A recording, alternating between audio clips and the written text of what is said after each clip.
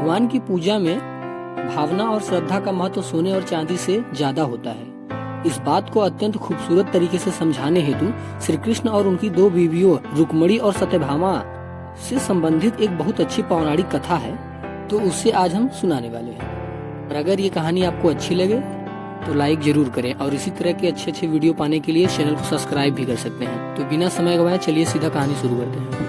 भगवान श्री कृष्ण की पत्नी सत्यभामा के मन में एक दिन बहुत ही अजीब सा विचार आया। वह हठ करने लगी कि श्री कृष्ण जी को अपने गहने से तोलेंगी। श्री कृष्ण जी को जब यह बात पता चली तो वो सत्यभामा से कुछ बोले नहीं, बस मंद मंद मुस्काने लगे। सत्यभामा अपने ढेर सारे जेवर लेके आई।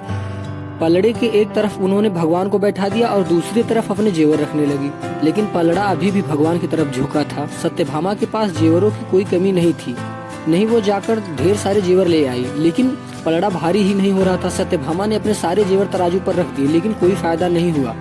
अंत में वह थक कर बैठ गई। तभी वहाँ रुक्मिणी का आगमन हुआ। सत्यभामा की बात सुनकर रुक्मिणी जी पूजा का सामान ले आई। उन्होंने भगवान की पूजा अर्चना की और उनके बाद में जिस पात्र में भगवान का चरणोदक रखा होता है उसे गहने वाले परड़े पर रख देती। देखते ही देखते परड़ा झुकने लगा और भगवान का परड़ा ऊपर उठ गया। सत्यभामा हैरानी से सब कुछ देख रही थी। उसको समझ नहीं आ रहा था कि जो पलड़ा उनके इतने सारे गहनों से नहीं झुका वो हल्के से एक पात्र से कैसे झुक गया। वे रुक्मिणी से इसका कारण पूछने लगी। तभी नारद मुनि भ्रमण करते हुए वहां पहुंच गए।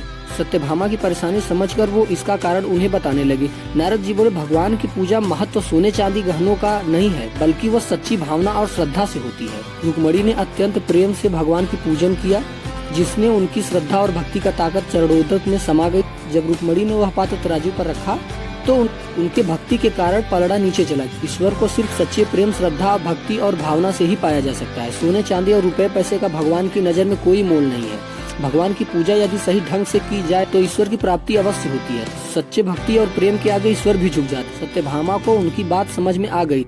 इस पौराणिक कथा के माध्यम से हमें यह सीख मिलता है कि अगर भगवान के करीब रहना है या ईश्वर की प्राप्ति करना है तो सोने चांदी पैसे जैसी भौतिक चीजों को भूलकर अपने मन में श्रद्धा का भाव उत्पन्न करें। यही एकमात्र सच्ची भक्ति और ईश्वर को पाने का रास्ता है। तो आशा है यह कहानी आपको जरूर पसंद आई होगी। तो आप इस वीडियो को लाइक भी कर सकते हैं और ऐसे ही ज्ञानवर्धक कहानियों के लिए इस चैनल को सब्सक्राइब भी करते हैं। तो मिलते हैं आपसे नेक्स्ट वीडियो में। जय श्री कृष्णा दोस्तों।